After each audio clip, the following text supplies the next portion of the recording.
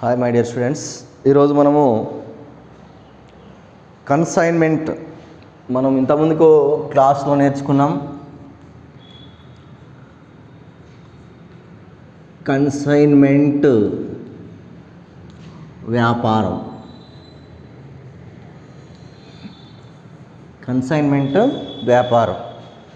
Consignment వ్యాపారం అనేది ఇద్దరు వ్యక్తుల మధ్య జరిగే బిజినెస్ అని చెప్పుకున్నాం. ఆ ఇద్దరు వ్యక్తుల్లో ఫస్ట్ వ్యక్తిని ఏమనుకున్నామంటే, ఐడియా ఉంది కదా, ఏమన్నాం ఇక్కడ ఇతన్ని కన్సైనార్ అన్నాం. ఏమన్నామండి? కన్సైనార్. రెండో వ్యక్తి పేరు ఏం పేరు అంటే, ఆయన పేరు వచ్చేసి కన్సైనీ. ఎవరండి ఇతను? కన్సైనీ. ఇతన్ని మనం ఏమనొచ్చు అంటే మేనేజర్. ఇతన్ని ఏమనొచ్చు మనము? మేనేజర్. ఇతన్ని ఏమనొచ్చు మనం అంటే ఏజెంట్. ఏజెంట్ అని కూడా పిలవడం జరుగుతుంది. ఓకేనా? ఇక్కడ కన్సైనారు సరుకులను ఎవరికి పంపిస్తాడండి? కన్సైనీకి పంపిస్తాడు. ఏం పంపిస్తాడు? సరుకులు. ఏ పర్పస్లో అంటే అమ్మకం పర్పస్లో కన్సైనారు సరుకులను కన్సైనీకి పంపించడం జరుగుతుంది. ఈ కన్సైనారు సరుకులను ఎందుకు అమ్ముతారంటే కమిషన్ బేసిక్గా సరుకులను అమ్మడం జరుగుతుంది. అయితే కన్సైనార్ది ఫర్ ఎగ్జాంపుల్ ఎన్ఎల్జీ అయితే నల్గొండ అయితే, కన్సైనీది మాత్రం హైదరాబాద్ అని మనం మొన్న ఎక్స్ప్లెయిన్ చేసుకున్నాం. ఓకేనా? సో కన్సైనార్ది ఒక ఊరు అయితే కన్సైనీది ఇంకొక ఊరు. కన్సైనార్ కాన్సెప్ట్ ఏంటంటే, తన ఊరిలో కాకుండా వేరే ప్రదేశంలో కూడా తన వ్యాపారాన్ని కొనసాగించాలనే ఉద్దేశంతో మాత్రమే కన్సైనారు ఒక ఏజెంట్ని కన్సల్ట్ కావడం జరుగుతుంది. ఆ ఏజెంట్కు కన్సైనారు తన సరుకులను కన్సైనీకి పంపించడం జరుగుతుంది. అలా పంపించినప్పుడు ఆ కన్సైనారు పంపిన సరుకులను అమ్మడం జరుగుతుంది. అలా అమ్మినందుకు గాను కన్సైనారు కన్సైనీకి కమిషన్ ఇవ్వడం జరుగుతుంది. ఆ కమిషన్ అనేది మనం ఇక్కడ 3 రకాలని చెప్పుకున్నాం. మనం సాధారణ కమిషన్, రెండోది అదనపు కమిషన్ ఎప్పుడు ఇవ్వడం జరుగుతుందంటే, కన్సైనార్ యొక్క కొత్త వస్తువులను కన్సైనీ రిస్క్ తీసుకొని అమ్మినందుకు గాను చెల్లించే కమిషన్ని అదనపు కమిషన్ చెప్పుకోవడం జరిగింది. అదేవిధంగా డెల్ క్రెడరీ కమిషన్ కూడా కన్సైనార్ ఇవ్వడం జరుగుతుంది కన్సైనీకి. ఏ సందర్భంలోనంటే, కన్సైనీ సరుకులను అరువుకు అమ్మినప్పుడు ఆ అమౌంట్ని వసూలు చేసుకొచ్చే బాధ్యతను కన్సైనీ తీసుకున్నందుకు గాను, అంటే కన్సైనార్ యొక్క ముఖ్య ఉద్దేశం ఏంటంటే, రాని బాకీలు ఏర్పాటు కాకుండా చూసుకోవడం కోసము కన్సైనీకి అదనంగా డెలిక్రెడరీ కమిషన్ ఇవ్వడం జరుగుతుంది. ఆ డెలిక్రెడరీ కమిషన్ యొక్క ముఖ్య ఉద్దేశం ఏంటంటే, రాని బాకీలు అందులోని మీనింగ్ రాని బాకీలు అంటే ఆ రాని బాకీలు లేకుండా అన్నీ వచ్చే విధంగా వసూలు చేసుకొచ్చే విధంగా కన్సైనీకి బాధ్యతను అప్పచెప్పడం జరుగుతుంది. అలా అప్పచెప్పినందుకు గాను కన్సైనీ వసూలు చేసుకొస్తాడు కాబట్టి దానికి గాను ఇచ్చే కమిషన్ ఏమంటామంటే డెల్ క్రెడరీ కమిషన్ అనడం జరుగుతుంది. అదేవిధంగా కొన్ని సందర్భాల్లో కన్సైనీ దగ్గర నుంచి కన్సైనారు బయానా రూపంలో అమౌంట్ తీసుకోవడం జరుగుతుంది. అడ్వాన్స్ అంటాం దాన్ని. ఓకేనా? ఆ అడ్వాన్స్ కూడా తిరిగి చెల్లించడం జరుగుతుంది మన తర్వాత కన్సైనీకి. ఓకే, ఇక్కడ కన్సైనారు సరుకులను పంపేటప్పుడు మొత్తం ఖర్చులు ఆయనే భరించాల్సి వస్తుంది. కన్సైనీకి సంబంధించిన లాభం కానీ నష్టం కానీ, కన్సైన్మెంట్కి సంబంధించిన లాభం కానీ నష్టం కానీ కన్సైనీకి ఎలాంటి సంబంధం లేదు. ఈ లాభం కానీ నష్టం కానీ వ్యాపారాలు లావాదేవీలు మొత్తం కూడా చూసుకునేది ఓన్లీ కన్సైనార్ మాత్రమే. ఓకేనా? కన్సైనీ కేవలం కమిషన్ పర్పస్లో మాత్రమే తన సేల్స్ను అమ్మడం అనేది జరుగుతుంది. Okay, right. ఇక్కడ వ్యాపార సంస్థ మొత్తం కూడా ఎవరిదా అంటే కన్సైనార్ది. కాబట్టి కన్సైనారు వ్యాపారంలో లాభం వచ్చిందా నష్టం వచ్చిందా తెలుసుకోవడం కోసం కన్సైనార్ పుస్తకాల్లో 3 ఖాతాలను తయారు చేస్తాను అనుకున్నాం మనము. ఆ 3 ఖాతాలు ఏంటో చెప్తాను, వినండి.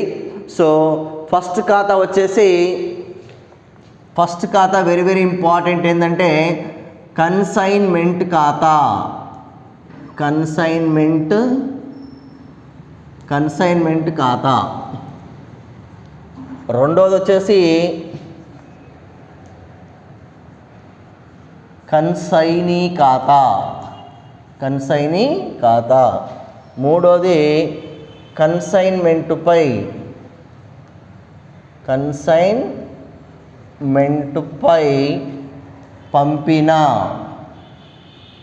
పంపిన సరుకు ఖాతా. ఇదండి ఈ 3 ఖాతాలను ఎవరు తయారు చేస్తారంటే కన్సైనర్ తయారు చేయడం జరుగుతుంది. మరి ఈ 3 ఖాతాలను తయారు చేయడం వల్ల కన్సైనర్కి ఏం తెలుస్తుంది అంటే వెరీ వెరీ సింపుల్. కన్సైన్మెంట్ ఖాతా తయారు చేస్తే కన్సైనర్కి ఏం తెలుస్తుందంటే లాభం లేదా నష్టం అనేది తెలుస్తుంది. గుర్తుపెట్టుకోండి, కన్సైన్మెంట్ ఖాతా తయారు చేయడం వల్ల ఏమి ఉపయోగం అంటే లాభం వచ్చిందా, వ్యాపారంలో నష్టం వచ్చిందా అని తెలుసుకోవడం కోసం తయారు చేసే ఖాతాని ఏమంటామంటే కన్సైన్మెంట్ ఖాతా అంటాము. క్లియర్? Very very important. అసలు మొత్తం కన్సైన్మెంట్ ఖాతా మనం చేయగలిగితే మిగిలిన ఖాతాలన్నీ కూడా ఈజీగా చేయడానికి అవకాశం ఉంది. కన్సైన్మెంట్ ఖాతా యొక్క ముఖ్య ఉద్దేశం ఏంటంటే వ్యాపారంలో లాభం వచ్చిందా నష్టం వచ్చిందా తెలుసుకోవడం కోసం తయారు చేసే ఖాతాని ఏమంటామంటే కన్సైన్మెంట్ ఖాతా అంటాం. ఈ కన్సైన్మెంట్ ఖాతా ఏ ఖాతాకు సంబంధించిందంటే మనకు మొత్తం 3 ఖాతాలు ఉన్నాయి. ఇంటర్మీడియట్ ఫస్ట్లో నేర్చుకున్నాం, వ్యక్తిగత ఖాతా, వాస్తవిక ఖాతా, నామమాత్రపు ఖాతా అని. ఈ కన్సైన్మెంట్ ఖాతా ఏ ఖాతా అంటే నామమాత్రపు ఖాతా కిందికి వస్తుంది. ఏ ఖాతా అంటే అది నామమాత్రపు ఖాతా. అందుకనే లాభాల గురించి నష్టాల గురించి తెలియజేసే ఖాతాను నామమాత్రపు ఖాతా అనుకున్నాం కదా. సో కన్సైన్మెంట్ ఖాతా ఏ ఖాతా అంటే నామమాత్రపు ఖాతా. కన్సైన్మెంట్ ఖాతా యొక్క ముఖ్య ఉద్దేశం ఏంటంటే లాభం వచ్చిందా నష్టం వచ్చిందా తెలుసుకోవడం. రైట్? క్లియర్. అదేవిధంగా కన్సైనీ ఖాతా. ఈ కన్సైనీ ఖాతా తయారు చేస్తే ఏం తెలుస్తుందంటే బాగా వినండి, వెరీ వెరీ ఇంపార్టెంట్. కన్సైనీ ఖాతా ఎవరు తయారు చేస్తారంటే కన్సైనర్ తయారు చేస్తాడు. ఈ కన్సైనరు ఈయన ఖాతాను తయారు చేస్తే ఏం తెలుస్తుందంటే ఇంకా కన్సైనీ దగ్గర నుంచి అమౌంట్ ఎంత రావాలి, బ్యాలెన్స్ ఎంత రావాలి అనేది తెలుస్తుంది. అంటే నిల్వ కన్సైన్ నుంచి రావాల్సిన మొత్తం, కన్సైన్ నుండి రావలసిన డబ్బులు లేదా నగదు ఎంత అనేది తెలుస్తుంది. సింపుల్గా చూడండి, మీరు లాజిక్ అర్థం చేసుకోండి. కన్సైనర్ ఏం చేస్తుంటే 1,00,000 రూపాయల సరుకు పంపించిన అనుకోండి కన్సైనీకి. ఇప్పుడు 1,00,000 రూపాయల సరుకు ఎవరి దగ్గర ఉంటుంది? కన్సైనీ దగ్గరనే ఉంటుంది. ఈ 1,00,000 రూపాయల సరుకుని ఎంతకు అమ్ముతుందంటే 1,50,000 రూపాయలకి అమ్మిండి అనుకోండి. ఎగ్జాంపుల్ 1,50,000కి అమ్మితే ఇప్పుడు 1,50,000 రూపాయలు కన్సైనీ దగ్గరనే ఉంటుంది అమౌంట్. ఈ 1,50,000 రూపాయలకి వెళ్ళి ఆయనకు రావాల్సిన కమిషను, ఆయన పెట్టిన ఖర్చులు, ఆయన ఇచ్చిన అడ్వాన్స్ కట్ చేసుకొని రిమైనింగ్ బ్యాలెన్స్ కన్సైనర్కి పంపించాలి. ఆ రిమైనింగ్ బ్యాలెన్స్ ఎంత అనేది తెలుసుకునేదే ఈ ఖాతా. ఓకేనా? కన్సైనీ ఖాతా తయారు చేస్తే ఏం తెలుస్తుందంటే కన్సైనర్కు ఎంత అమౌంట్ తిరిగి రావాలి, ఎంత అమౌంట్ రావాలి అని తెలియజేసే ఖాతాని ఏమంటామంటే కన్సైనీ ఖాతా అంటాం. ఇది ఏ ఖాతా అంటే కన్సైనీ కాబట్టి ఇది వ్యక్తిగత ఖాతా. ఇది ఏ ఖాతా అండి? వ్యక్తిగత ఖాతా. ఓకేనా? రైట్. నెక్స్ట్ చాలా ఈజీ చిన్న ఖాతా ఇది. ఏంటంటే కన్సైన్మెంట్పై పంపిన సరుకు ఖాతా. పేరు పెద్దగానే ఉంది కానీ ప్రాబ్లం మాత్రం చిన్నగా ఉంటుంది. ఓకేనా? కన్సైన్మెంట్పై పంపిన సరుకు ఖాతా. ఈ ఖాతా ఏంటంటే దీని యొక్క ముఖ్య ఉద్దేశం ఏంటంటే ఈ కన్సైనరు ఒక హైదరాబాద్కే కాకుండా వేరే వేరే ప్రదేశాలతోటి వేరే ప్రదేశాల్లో కూడా అమ్మడానికి అవకాశం ఉంది. ఒక హైదరాబాద్కే కాకుండా ఇటు నల్గొండ కాకుండా దేవరకొండ ఇటు అంటే 4-5 డిపార్ట్మెంట్లకు సరుకును పంపిస్తుంటాడు. అలాంటప్పుడు ఈ హైదరాబాద్కి నేను ఎంత సరుకు పంపించినా అని తెలుసుకునే ఖాతాని ఏమంటామంటే కన్సైన్మెంట్పై పంపిన సరుకు ఖాతా అంటాం. ఓకేనా? రైట్. ఇది ఏ ఖాతా అంటే వాస్తవిక ఖాతా. ఏ ఖాతా ఇది? వాస్తవిక ఖాతా. ఈ ఖాతా యొక్క ముఖ్య ఉద్దేశం ఏంటంటే కన్సైనరు హైదరాబాద్కి అంటే హైదరాబాద్లో ఉన్న కన్సైనీకి ఎంత సరుకును పంపించాను అని తెలుసుకునే ముఖ్య ఉద్దేశమే కన్సైన్మెంట్పై పంపిన సరుకు ఖాతా అని అర్థం. ఓకేనా? రైట్. ఇప్పుడు మనకు అసలు కన్సైన్మెంట్ ఖాతాలో ఏమేమి ఉంటాయి, కన్సైన్మెంట్ ఖాతాలో ఏమేమి ఉంటాయి అనేది వెరీ వెరీ ఇంపార్టెంట్. అది మీకు ఒక ప్రాబ్లం కంటే ముందు ఫస్ట్ మీకు ఒక ఖాతాలో ఏమేమి ఉంటాయి, కన్సైన్మెంట్ ఖాతాలో ఏమేమి ఉంటాయో చూద్దాం. ఫస్ట్ ఖాతా చూపిస్తున్నాను, చాలా జాగ్రత్తగా వినండి. ఇది సింపుల్గా మీకు షార్ట్కట్లో ఇది ఏ ఖాతా అంటే కన్సైన్మెంట్ ఖాతా. ఏ ఖాతా అండి ఇది? కన్సైన్మెంట్ ఖాతా. So credit, debit. For example ఇక్కడ ఏంటంటే కన్సైనర్ దేవురు నల్గొండ, కన్సైన్ దేవురు హైదరాబాద్. ఇక్కడ ఇది ఏ ఖాతా అంటే కన్సైన్మెంట్ ఖాతా. ఏ ఖాతా అంటే ఇది? కన్సైన్మెంట్ ఖాతా. ఇక్కడ ఏమని రాయాలంటే మనం ఏ ఊరికైతే పంపిస్తున్నామో అంటే కన్సైనీ ఊరు ఏ ఊరైతే ఉందో ఆ ఊరు పేరు రాయాలి. ఇక్కడ హైదరాబాద్, హైదరాబాద్ కన్సైన్మెంట్ ఖాతా. కన్సైన్మెంట్ ఖాతా, హైదరాబాద్ కన్సైన్మెంట్ ఖాతా అని రాయాలి. ఫర్ ఎగ్జాంపుల్ వేరే ఊరికి పంపించినాను, కన్సైనీ ఊరిని ముందర రాయాలి. ఖచ్చితంగా గుర్తుపెట్టుకోండి, కన్సైనీ ఊరిని ముందర రాసి ఖాతా అని రాయాలి, కన్సైన్మెంట్ ఖాతా అని రాయాలి. ఇక్కడ మీకు ఒక ప్రాబ్లం తీసుకుంటాను, తీసుకొని మీకు క్లియర్గా ఈ ప్రాబ్లంని ఏమేమి ఉంటాయో చెప్తాను. సింపుల్గా ఇప్పుడు ఇతని పేరు ఏమనుకున్నాం అంటే ఇక్కడ మనం కన్సైన్ అనుకున్నాం. కన్సైనర్ది ఏ ఊరు ఏం పేరు అంటే కన్సైనర్ పేరు రవి అనుకోండి. రవి కన్సైనర్. కన్సైనీ పేరు ఏం పేరు అంటే కన్సైనీ పేరు వచ్చేసి చరణ్. ఏం పేరండి? చరణ్. కన్సైనీ పేరు చరణ్, కన్సైనర్ పేరు రవి. ఈ రవి ఏం చేసిందంటే హైదరాబాద్లో ఉన్న చరణ్కి ఎంత సరుకు పంపించిందంటే కన్సైన్మెంట్పై ఎంత అంటే ఫర్ ఎగ్జాంపుల్ 60,000 రూపాయల సరుకు పంపించింది అనుకుందాం. ఒక చిన్న ఎగ్జాంపుల్ తీసుకుంటున్నాను. లెక్క పంపిన సరుకు ఎంత అంటే 60,000 రూపాయలు. ఓకే, ఎవరు పంపించారు? రవి. ఎవరికి పంపించిండండి? చరణ్కి. ఓకేనా? చరణ్ ఇక్కడ ఎవరు? కన్సైనీ. పంపిన వాళ్ళనేమో కన్సైనర్ అంటాం, ఎవరికైతే పంపిస్తున్నామో వాళ్ళని ఏమంటాం అంటే కన్సైనీ అంటాం. అట్లా మీరు ఇమాజినేషన్ చేసుకోవాలి. ఇక్కడ లెక్క ప్రాబ్లం చదవగానే ఎవరు పంపిస్తున్నారు, ఎవరికి పంపిస్తున్నారు, పంపించిన వాళ్ళని ఏమంటాం అంటే కన్సైనర్ అంటాం, ఎవరికైతే పంపిస్తున్నామో అతన్ని ఏమంటాం అంటే కన్సైనీ అంటాం. ఈ లాజిక్ మాత్రం మిస్ కావద్దు. ఓకేనా? ఇక్కడ రవి కన్సైన్మెంట్పై హైదరాబాద్లో ఉన్న చరణ్కి 60,000 రూపాయల సరుకుని కన్సైన్మెంట్పై పంపడం జరిగింది ప్రాబ్లంలో. ఓకేనా? అక్కడ ఈ రవి ఏం చేసిందంటే రవి పంపడానికి ఖర్చులు ఎన్ని ఖర్చులు పెట్టిందంటే ఫర్ ఎగ్జాంపుల్ ఖర్చులు రవాణా అని ఒక 4,000 రూపాయలు ఖర్చు పెట్టింది అనుకుందాం. ఎన్ని పెట్టిందండి? 4,000 రూపాయలు రవాణా ఖర్చులు. అంటే నల్గొండ నుంచి హైదరాబాద్కు పంపడానికి రవాణా ఎంత అయిందంటే రవి ఖర్చులు. ఏ ఖర్చులు ఇవి? రవాణా ఖర్చులు. ఎంత అండి? 4,000 రూపాయలు. క్లియర్? రైట్స్. ఇప్పుడు సరుకులు ఎక్కడికి పోయినాయి? ఇప్పుడు హైదరాబాద్కి పోయినాయి. హైదరాబాద్లో పోయిన తర్వాత ఆయన హైదరాబాద్ నుంచి అంటే స్టేషన్ నుంచి తన గోడౌన్లోకి తీసుకుపోవడానికి లేదా అమ్మడానికి ఆయన పెట్టే ఖర్చులు ఏంటంటే ఎవరు? చరణ్ ఖర్చులు. చరణ్ అమ్మకం ఖర్చులు అనుకుందాం. ఫర్ ఎగ్జాంపుల్ అమ్మకం ఖర్చులు ఎన్ని పెట్టిండు అంటే చరణ్ అమ్మకం ఖర్చులు ఒక 2,000 రూపాయలు ఖర్చు పెట్టిండు అనుకుందాం ఎగ్జాంపుల్. ఓకేనా? చరణ్ అమ్మకం ఖర్చులు ఏంటంటే 2,000. ఓకేనా? చరణ్ అమ్మినందుకు ఆయనకు commission. For example Charan commission తీసుకుంటే ఫర్ ఎగ్జాంపుల్ 3,000 రూపాయలు తీసుకుంటున్నాం కమిషన్. యాక్చువల్గా కమిషన్ అనేది మీరు గుర్తుపెట్టుకోండి, కమిషన్ అనేది అమౌంట్ రూపంలో ఇయ్యడు. ఫస్ట్ మీకు చెప్తున్నాను, ఫస్ట్గా ప్రాబ్లం కాబట్టి ఇంత అమౌంట్ కమిషన్ అని చెప్తున్నాం. కానీ నెక్స్ట్ పెద్ద లెక్కలలో ఏమైందంటే కమిషన్ పర్సంటేజ్ ఇస్తాడు. 10%, 5% ఎంత పర్సంటేజ్ ఇస్తాడు.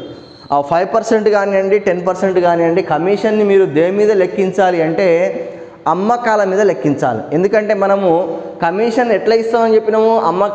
అమ్మితేనే కమిషన్ ఇస్తాను. కాబట్టి కన్సైనీకి ఇవ్వాల్సిన కమిషన్ దేని మీద లెక్కిస్తామంటే అమ్మకాల మీద లెక్కించడం జరుగుతుంది. ఈ పాయింట్ గుర్తుపెట్టుకోండి. Okay, rights. మనకి ఇక్కడ పర్సంటేజ్ ఇవ్వలేదు కాబట్టి డైరెక్ట్గా ఇంత కమిషన్ అని మనకు క్లియర్గా చెప్పడం జరిగింది. ఇప్పుడు చరణ్ ఏం చేసిందంటే మొత్తం అమ్మిండు. అమ్మకాలు ఏంటంటే మొత్తం అమ్మకాలు ఎంత కమ్మిండు? 60,000 రూపాయల సరుకులు ఎంత అంటే ఫర్ ఎగ్జాంపుల్ 75,000 రూపాయలకు అమ్మిండు అనుకుందాం. ఎంత కమ్మిండండి? 75,000 రూపాయలకు అమ్మడం జరిగింది. మీరు బాగా గుర్తుపెట్టుకోండి, మనకు 1, 2, 3, 4, 5 ఈ 5 ఇందులో మొత్తం 6 పాయింట్స్ ఉంటాయి. తరుగుదలలో మనకి ఏ విధంగా 5 పాయింట్స్ ఉన్నాయో ఇక్కడ 6 పాయింట్స్ గుర్తుపెట్టుకోండి. వాడు ఎంత పెద్ద లెక్క ఇచ్చినా కూడా మీరు ఈ 6 పాయింట్స్ని బేసిక్గా పాయింట్అవుట్ చేయండి. ఓకేనా? ఆ 6 పాయింట్ ఏంటంటే అసలు పంపించిన సరుకు ఎంత, దానికంటే ముందు ఫస్ట్ ఏం చేయాలి? లెక్క తింటగానే అసలు ఎవరు పంపించారు, ఎవరికి పంపించారు, పంపించిన వారి పేరేం పేరు, ఎవరికి పంపిస్తారో వాళ్ళ పేరేం పేరు. పంపించిన వాళ్ళని ఏమంటాం ఇక్కడ అంటే కన్సైనర్ అంటాం, గుర్తుపెట్టుకోండి. ఎవరికైతే పంపిస్తున్నామో వాళ్ళని ఏమంటామంటే కన్సైనీ అంటాం. క్లియర్? ఇక్కడ మనకు ఇంపార్టెంట్ ఏంటంటే ప్రాబ్లం చదవగానే పంపించిన వాళ్ళు ఎవరు, పంపించింది ఎవరు అనేది ఫస్ట్ ఐడెంటిఫై చేయాలి. పంపించిన వాళ్ళని ఏమో కన్సైనర్గా ట్రీట్ చేయాలి, ఎవరికైతే పంపిస్తున్నామో వాళ్ళని ఏమంటామంటే కన్సైనర్ ట్రీట్ చేయాలి. First point. సెకండ్ పాయింట్ ఏంటంటే ఎంత సరుకు పంపిస్తున్నామో అది ఇంపార్టెంట్. సో అది కూడా పంపించిన సరుకు విలువ. తర్వాత పంపడానికి కన్సైనరు పెట్టిన ఖర్చులు ఏంటో ఉంటాయి. సెకండ్ పాయింట్ అది సీక్వెన్స్ ప్రకారం. పంపగానే మరి ఆయన కూడా కన్సైని కూడా కొన్ని ఖర్చులు పెడతాడు, ఆ ఖర్చులు కూడా ఇంపార్టెంట్. ఓకేనా? అవి కూడా తీసుకోండి. తర్వాత ఆయన అమ్మడం తీసుకున్న తర్వాత నెక్స్ట్ ఏం చేస్తాడు, అమ్ముతాడు. అమ్మినప్పుడు ఆయన ఎంత కమ్మిండో అనేది కూడా ఇంపార్టెంట్. ఓకేనా? మరి ఆయన అమ్మడానికి ఆయన పెట్టే ఖర్చు ఎంత అనేది కూడా ఇంపార్టెంట్. నెక్స్ట్ ఆయన అమ్మినాక ఆయనకు రావాల్సిన కమిషన్ ఎంత అనేది కూడా ఇంపార్టెంట్. ఈ పాయింట్స్ మీకు ఎంత పెద్ద ప్రాబ్లం ఉన్నా ఈ పాయింట్స్ ఉంటాయండి. ఇందులో మనకు భయానా అడ్వాన్స్ లేదు. నెక్స్ట్ లెక్కలో మీకు అడ్వాన్స్ గురించి కూడా ఎక్స్ప్లెయిన్ చేస్తాను. రైట్? మొత్తానికైతే పంపించిన సరుకు విలువ ఎంత అంటే 60,000 రూపాయలు.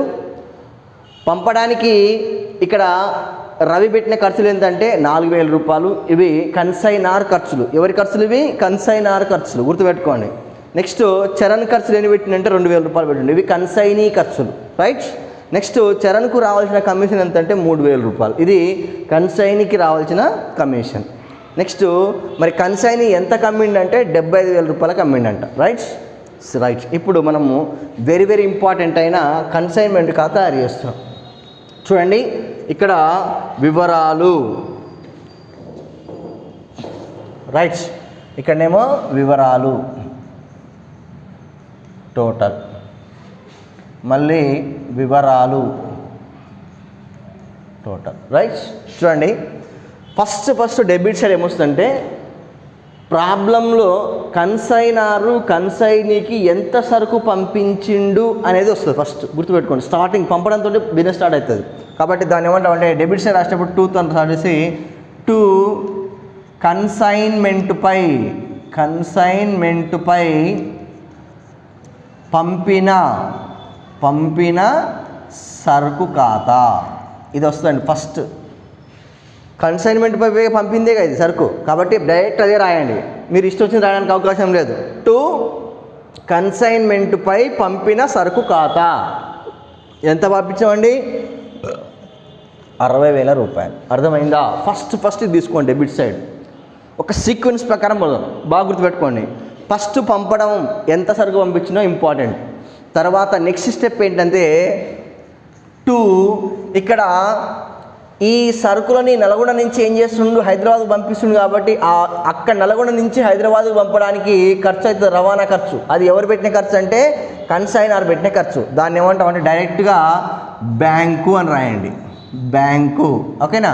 బ్రాకెట్లో ఖర్చులు అని పెట్టుకోండి. ఎవరి ఖర్చులు అండి ఇవి? రవి ఖర్చులు. ఓకేనా? అంటే కన్సైనర్ ఖర్చులు ఇవి. ఎంత పెట్టిండు? రవి ఖర్చులు ఎంత పెట్టిండు? 4,000 రూపాయలు. సెకండ్ స్టెప్లో ఇది రావాలండి. అర్థమైందా? ఫస్ట్ స్టెప్లోనేమో పంపించిన సరుకు విలువ రావాలి, మొత్తం పంపించిన సరుకు విలువ రావాలి. సెకండ్ స్టెప్లోనేమో అది పంపించడానికి అయిన ఖర్చు రావాలి. ఎవరు పెట్టిన ఖర్చు ఇది? ఎవరైతే పంపిస్తారో ఆయన పెట్టిన ఖర్చులు, కన్సైనర్ ఖర్చులు. రైట్? ఇప్పుడు సరుకులు ఎక్కడికి ఇమాజినేషన్ చేసుకోండి. సరుకు ఇప్పుడు అడిగి పోయింది, హైదరాబాద్కి పోయింది. పంపించడం అంటే హైదరాబాద్ పోయింది. హైదరాబాద్ పోయిన తర్వాత ఇప్పుడు ఎవరు ఖర్చు పెడతారంటే హైదరాబాద్ పోయినాక అమ్మడానికి ఆయన ఖర్చు పెడతారు కదా. ఎవరైనా చరణ్ అంటే ఎవరు? ఇక్కడ కన్సైనీ. ఇక్కడ డైరెక్ట్గా చరణ్ బ్రాకెట్లో ఖర్చులు అని రాయండి. బ్రాకెట్లో ఖర్చులు అంటే కన్సైనీ ఖర్చులు. ఎవరిక్కడ? చరణ్. ఎవరిక్కడ? కన్సైనీ. ఓకేనా? ఆయన ఎంత ఖర్చు పెట్టింది చూడండి, 2,000 రూపాయలు. ఇది కంపల్సరీ తీసుకోండి. ఇది 2,000 రూపాయలు. చూడండి, స్టార్టింగ్ ప్రాసెస్ ప్రకారం ఫస్ట్ పంపించినాము, పంపడానికి ఈయన పెట్టిండు. ఈయన పెట్టిన తర్వాత ఆయన అమ్మడానికి ఆయన ఖర్చు పెట్టిండు. ఓకేనా? ఆయన ఖర్చు పెట్టిండు. రైట్? నెక్స్ట్ ఇంకోటి ఏంటంటే ఇక్కడ ఇంకొకటి వస్తుంది. ఏంటంటే అమ్మినప్పుడు కమిషన్ ఇవ్వాలి కదా, కమిషన్. నెక్స్ట్ మళ్ళీ ఎవరికి ఇస్తున్నాం మనం కమిషన్? చరణ్కే కదా. చరణ్ బ్రాకెట్లో కమిషన్ అని రాయండి. కమిషన్ ఎంత? డైరెక్ట్ అమౌంట్ ఇచ్చింది కాబట్టి డైరెక్ట్గా 3,000 రూపాయలు కమిషన్ రాయండి. ఇప్పుడు ఈ కమిషన్ అనేది మనము అమౌంట్ ఇచ్చింది కాబట్టి డైరెక్ట్ రాసినాం. ఒకవేళ అమౌంట్ ఇవ్వకపోతే ఏం చేస్తామంటే ఫస్ట్ అమ్మకాలు రాయాల్సి వస్తుంది. ఇప్పుడు ఇటు సైడ్ రాయాలి. ఇటు సైడ్ ఏం రాయాలంటే ఎవరమ్మిరు ఇక్కడ? చరణే కదా. మళ్ళీ చరణ్ బ్రాకెట్లో అమ్మకాలు అని రాయండి. ఎంత కమ్మినవండి? మొత్తం అమ్మకాలు ఎంత? 75,000. అర్థమైందా? చూడండి, ఇదే ప్రాబ్లం, ఎందుకంటే ఎక్కువేం లేదుగా. ఫస్ట్ పంపించిన సరుకు ఎంత, పంపడానికి కన్సైనర్ పెట్టిన ఖర్చులు ఎన్ని, అమ్మడానికి కన్సైన్ పెట్టిన ఖర్చులు ఏంది, అమ్మినాక ఆయనకు రావాల్సిన కమిషన్ ఏంది, అసలు అమ్మకాలు ఎంత, అమ్మకాలు ఎటు సైడ్ వస్తాయంటే క్రెడిట్ సైడ్ వస్తాయి. ఇక ఇంతకు మించి ఈ ప్రాబ్లంలో వెరీ వెరీ హార్డ్ అంటూ ఏమీ లేదు. మీరు ఒక సీక్వెన్స్ ప్రకారం వెళ్ళిపోతే మనకు అన్నీ వచ్చేస్తాయి. చూడండి, 60,000 రూపాయలు ఫస్ట్ వచ్చిందా, తర్వాత 4,000 రూపాయలు నెక్స్ట్ వచ్చింది కదా, తర్వాత 2,000 రూపాయలు వచ్చిందా నెక్స్ట్, తర్వాత కమిషన్ వచ్చింది కదా, తర్వాత అమ్మకాలు ఇటు సైడ్ వస్తాయి. అమ్మకాలు క్రెడిట్ సైడ్ వస్తాయి, గుర్తుపెట్టుకోండి. ఇక ఇంకా ఎక్కువ ఏమొస్తుందంటే ఇందులో ముగింపు సరుకు ఉంటుంది. ఇంకొక పాయింట్ వస్తుంది ఇక్కడ క్రెడిట్ సైడ్లో, ముగింపు సరుకు అని ఉంటుంది. ఆ ముగింపు సరుకు లెక్కించి తీసుకోవాల్సి వస్తుంది. ఇక ఇక్కడ ఇంకా ఇంకొకటి వస్తుంది ఏంటంటే, ముగింపు సరుకులో ఉన్న అంటే మనకు ఈ ఇయర్లో ఇన్వాయిస్ ప్రైస్ అనేది లేదు కాబట్టి మనకి ఇంకా అంతకంటే ఇంకెక్కువ ఇటు సైడ్ ఇంకేం రావు. ఇటు సైడు మాత్రం ఒక ముగింపు సరుకు ఉంటే మాత్రం వస్తుంది. ఇక నాకు తెలిసి మీకు యాన్యువల్ ఎగ్జామ్లో ఇంతకంటే పెద్ద లెక్క ఇవ్వడు. ఓకేనా? సింపుల్గా ఇటు సైడ్ 4, ఇదొకటి 5. ఇటు సైడ్ ఏమో ఆయన పంపించింది, ఆయన పెట్టిన ఖర్చులు, ఈయన పెట్టిన ఖర్చులు, ఆయనకి రావాల్సిన కమిషన్. ఇటు సైడ్ ఏమో అమ్మకాలు. అయిపోయింది. కన్సైన్మెంట్ ఖాతా క్లోజ్. అర్థమైందా? రైట్. ఇప్పుడు ఏం చేస్తున్నాం అంటే మనము టోటల్ చేస్తాం. టోటల్ చేసేస్తే ఎంత ఉందండి? ఏది అమౌంట్ ఎక్కువ ఉందంటే 75,000 అమౌంట్ ఎక్కువ ఉంది కాబట్టి 75,000 రూపాయలు ఇక్కడ రాయండి, ఇక్కడ కూడా 75,000 రూపాయలు రాయండి. చూడండి, 65,000, 69,000, 65, 4, 9, 69,000. ఓకేనా? అంటే ఇప్పుడు మనకి ఎంత లాభం వచ్చిందంటే చూడండి, ఇక్కడ 75,000కి వెళ్ళి 69,000 రూపాయలు తీసేయండి. 0, 0, 0 పోతే 6 అంతే. అంటే మనకి ఎంత వచ్చిందంటే ఇప్పుడు ఇక్కడ 6,000 రూపాయలు ఉంది. దీన్ని ఏమంటామంటే టు లాభం. ఏంటండి ఇది? లాభం. అయిపోయింది. లాభం ఎంత అంటే ఈ కన్సైన్మెంట్ మనకి ఏం చెప్పినాం, కన్సైన్మెంట్ ఖాతాలో తయారు చేసి ఏమొస్తుందని చెప్పినాం, లాభం లేదా నష్టం. ఇక్కడ తక్కువ ఉంటేనేమో లాభం అంటాము, అదే ఇక్కడ తక్కువ ఉంటేనేమో నష్టం అంటాం. ఓకే, ఇప్పుడు మనకు ఈ కన్సైన్మెంట్ వ్యాపారంలో ఎంత వచ్చింది మనకు లాభం అంటే 6,000 రూపాయలు లాభం వచ్చింది. ఇది కన్సైన్మెంట్ ఖాతా, వెరీ వెరీ ఇంపార్టెంట్. ఓకేనా? నెక్స్ట్ ఇప్పుడు ఏ ఖాతా తయారు చేయాలంటే రెండో ఖాతా కన్సైనీ ఖాతా. ఇక్కడ తయారు చేస్తాం. చూడండి, కన్సైనీ ఖాతా ఇది కూడా చాలా సింపుల్గానే ఉంటుంది.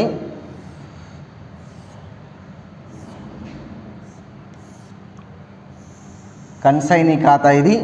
కన్సైనీ పేరు ఏం పేరండి? ఇక్కడ ఎవరు? చరణ్.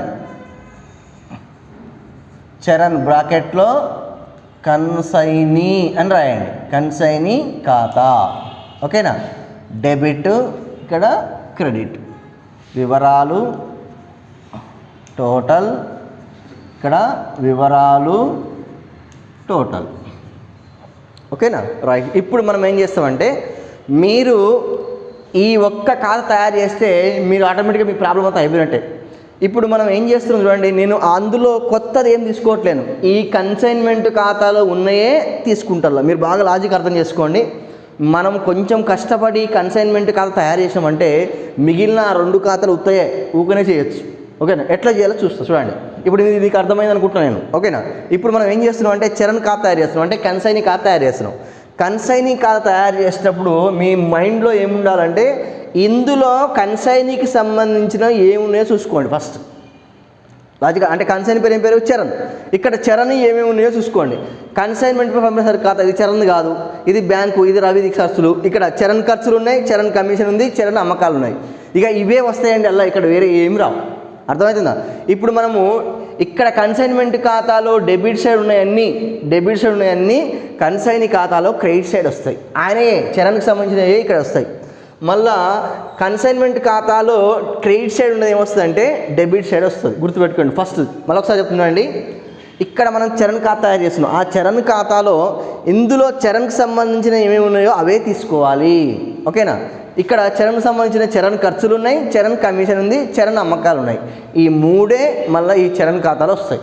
ఓకేనా? కాబట్టి మనం ఇందులోకి వెళ్ళి తీసుకుపోతున్నాం కాబట్టి ఫస్ట్ మనం చేద్దామంటే డెబిట్ సైడ్ రాయాలంటే క్రెడిట్ సైడ్ ఏముందో చూసుకోండి. క్రెడిట్ సైడ్ చరణ్ ఏముంది, చరణ్ ఏ తీసుకోండి. చరణ్ ఏముంది, అమ్మకాలు ఉన్నాయి. కాబట్టి ఇక్కడ ఏమని రాయాలంటే ఇక్కడ రాయడం కూడా ఏమని రాయాలంటే కన్సైన్మెంట్ ఖాతా అని రాయాలి. ఏమని రాయాలి? కన్సైన్మెంట్ ఖాతా. ఫర్ ఎగ్జాంపుల్ హెచ్వైడి కన్సైన్మెంట్ ఖాతా, కన్సైన్మెంట్ ఖాతా బ్రాకెట్లో అమ్మకాలు అని గుర్తుపెట్టుకోండి. కన్సైన్మెంట్ తీసుకొస్తున్నాం కాబట్టి కన్సైన్మెంట్ హెచ్వైడి కన్సైన్మెంట్ ఖాతా అని రాయండి. హైదరాబాద్ కన్సైన్మెంట్ ఖాతా అని రాయండి. ఓకేనా? రాసేసి ఎంత అండి? 75,000 రూపాయలు. రైట్స్. ఇక్కడ క్రెడిట్ సైడ్ ఉన్నదాన్ని తీసుకొచ్చి డెబిట్ సైడ్ రాసినాం. క్రెడిట్ సైడ్ ఇంకేమున్నాయా? ఏం లేవు కదా. రైట్. ఇది ఒక్కటే ఉంది కాబట్టి డైరెక్ట్ 75,000 తీసుకున్నాం. ఇప్పుడు క్రెడిట్ సైడ్వి ఏం లేవు కాబట్టి డెబిట్ సైడ్ కూడా ఇంకేమీ రావు. ఇప్పుడు డెబిట్ సైడ్ ఏమైనా చూడండి, రెండే ఉన్నాయి చూడండి. చరణ్ ఖాతా ఖర్చులు, చరణ్ ఖాతా కమిషన్. ఈ రెండు తీసుకుపోయి ఎక్కడ రాయాలంటే క్రెడిట్ సైడ్ రాయండి. అక్కడ డెబిట్ సైడ్ ఉన్నాయి కాబట్టి ఇక్కడ క్రెడిట్ సైడ్ రాయండి. బై ఏమని రాయాలంటే చరణ్ అని రాయద్దు, చరణ్ ఖాతాలో చరణ్ అని రాయద్దు. ఏమని రాయాలంటే హైదరాబాద్ కన్సైన్మెంట్ ఖాతా, హెచ్వైడి కన్సైన్మెంట్ ఖాతా, కన్సైన్మెంట్ ఖాతా బ్రాకెట్లో ఇవేంటివంటే ఖర్చులు అని రాయండి. బ్రాకెట్లో రాసుకోండి క్లియర్గా. ఎంత పెట్టింది ఖర్చులు? కన్సైనర్ ఖర్చులు ఎన్ని? కన్సైనీ ఖర్చులు 2,000 రూపాయలు. కన్సైనరీ రావు, ఓన్లీ కన్సైనివి చరణి మాత్రమే వస్తాయి, గుర్తుపెట్టుకోండి. నెక్స్ట్ ఇంకోటి ఏముంది? కమిషన్ ఉంది. మళ్ళీ బై సేమ్ హైదరాబాద్ కన్సైన్మెంట్ ఖాతా, కన్సైన్మెంట్ ఖాతా బ్రాకెట్లో ఏంటిది? కమిషన్. ఏంటండి ఇది? కమిషన్. రైట్. ఎంత కమిషన్ అండి? 3,000 రూపాయలు. ఇంకేమైనా ఉన్నాయా? లాభం రాదు. జస్ట్ చరణ్కి సంబంధించిన ఏమున్నాయి? చరణ్కి సంబంధించిన ఖర్చులు, చరణ్కి సంబంధించిన కమిషన్, చరణ్కి సంబంధించిన అమ్మకాలు అన్నీ తీసుకున్నాం. ఇక ఎక్స్ట్రా ఇక్కడ ఏమొస్తుందంటే ఇక పైన ఒక్కటి వస్తుందండి ఈ కన్సైనీ ఖాతాలో. ఏంటంటే ఒకవేళ కన్సైనీ అడ్వాన్స్ ఇస్తే, బయానా ఇస్తే అది ఒక్కటి తీసుకోవాలి. అది లేదు కాబట్టి లెక్కలో మనకు ఇక ఇంతకు మించి ఇంకా ఏమీ లేవు. So close. ఇది కూడా అయిపోయిందండి. అర్థమైందా? అయిపోయిందా? చూడండి ఇక్కడ మనకు బయానా లేదు. 75,000 రూపాయల సరుకు అమ్మిండు. ఈయన దగ్గర ఉన్నాయి, కన్సైన్ దగ్గర 75,000 రూపాయలు ఉన్నాయండి. అమ్మిండి కాబట్టి డబ్బులు వస్తాయి ఈయన దగ్గర. 75,000కి వెళ్ళి ఈయన ఏం చేసినండి? 75,000 రూపాయలు ఇక్కడ కూడా 75,000 రూపీస్ రాయండి.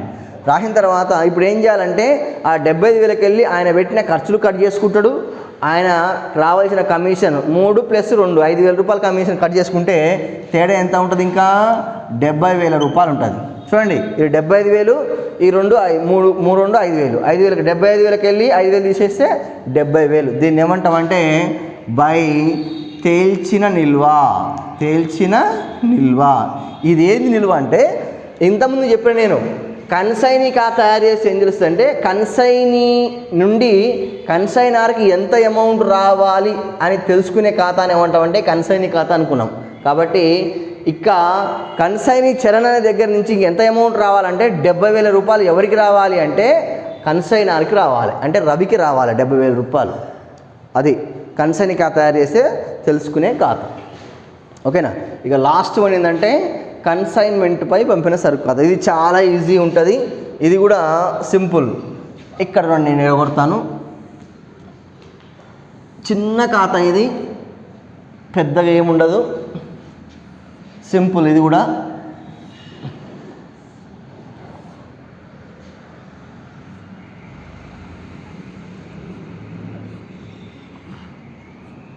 సో డెబిట్, ఇక్కడ క్రెడిట్.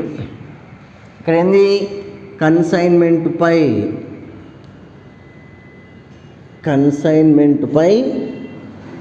పంపిన సరుకు ఖాతా. పంపిన సరుకు ఖాతా. యాక్చువల్గా ఫస్ట్ ఇది కొట్టాలి, తర్వాత ఇది కొట్టాలి, తర్వాత అది కొట్టాలి. చిన్న చిన్నగా కొడుతున్నాను మీకు అన్నికి రావాలని, పెద్దగా కొట్టండి మీరు ఎగ్జామ్లో. సో వివరాలు, టోటల్ వివరాలు, టోటల్. ఇక్కడ ఫస్ట్ ఏం చేయాలంటే credit side by Hyderabad consignment ఖాతా. కన్సైన్మెంట్ ఖాతా అని రాయండి.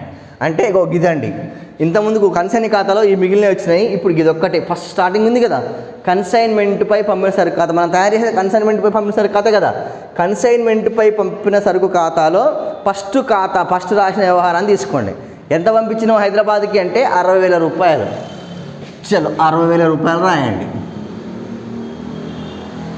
అయిపోయింది. ఇక డెబిట్ సైడ్ ఏం రాయాలంటే టు వర్తకపు ఖాతా అని రాయండి. వర్తకపు ఖాతా అని రాసేసి అదే 60,000 రూపాయలని ఇక్కడ రాయండి. క్లియర్ రాసేసి క్లోజ్ చేయండి. అయిపోయింది. ఇక 60,000 రూపాయలు, ఇక్కడ కూడా 60,000 రూపాయలు. అంటే వర్తకపు ఎంత అంటే వర్తకపు ఖాతాకు ఎంత పంపించినాం అంటే 60,000 రూపాయలు పంపించినాం కాబట్టి వర్తకపు ఖాతా 60,000 రూపాయలు. ఇది కన్సైన్మెంట్పై పంపిన సరుకు ఖాతా. ఓకేనా? ఇదండి కన్సైన్మెంట్లో ఉన్న కన్సైన్మెంట్ ఖాతా, కన్సైనీ ఖాతా, కన్సైన్మెంట్పై పంపిన సరుకు ఖాతా. చాలా ఈజీగా ఉంటుంది, టెన్షన్ పడాల్సిన అవసరం లేదు. ఫస్ట్ మీకు ఈ 6 పాయింట్స్ మీ మైండ్లో ఉండాలి. ఏంటి? పంపించిన వారెవరు, ఎవరికి పంపిస్తున్నారు, పంపించే వారిని కన్సైనర్ అంటాం, ఎవరికైతే పంపిస్తున్నామో అతన్ని కన్సైనీ అంటాం అనేది ఫస్ట్ గుర్తుపట్టాలి. తర్వాత సెకండ్ పాయింట్, ఎంత సరుకు పంపిస్తున్నాడు అనేది ఇంపార్టెంట్. ఎంత సరుకు పంపిస్తున్నాడు అనేది మనకు ప్రాబ్లంలోనే ఇస్తాడు, అది ఇంపార్టెంట్. ఫస్ట్ తీసుకోవాల్సింది అది. తర్వాత ఆయన పంపడానికి ఆయన ఎంత ఖర్చు పెట్టింది అనేది ఇంపార్టెంట్. అమ్మడానికి ఈయన ఎంత ఖర్చు పెట్టిన ఇంపార్టెంట్. ఆయన కమిషన్ ఎంత ఇంపార్టెంట్. అసలు ఎంత కమ్మినో ఇంపార్టెంట్. ఈ పాయింట్స్ మీరు గుర్తుపెట్టుకుంటే టోటల్గా ప్రాబ్లం మొత్తం కూడా మీరు ఈజీగా చేయడానికి అవకాశం ఉంటుంది. ఓకేనా? సో ఇది మీకు అర్థమైంది అనుకుంటున్నాను. ఒక్కసారి సింపుల్గా చెక్ చేసుకున్నా కూడా మీరు ప్రాబ్లము చేసుకుంటారు. ఓకేనా? సో ఇది అండి పంపించిన సరుకు ఖర్చులు, అమ్మకం ఖర్చులు, కమిషను, మొత్తం అమ్మకాలు. ఈ పాయింట్స్ తీసుకొని నేను ఈ ప్రాబ్లం చేసిన. రైట్. Thank you.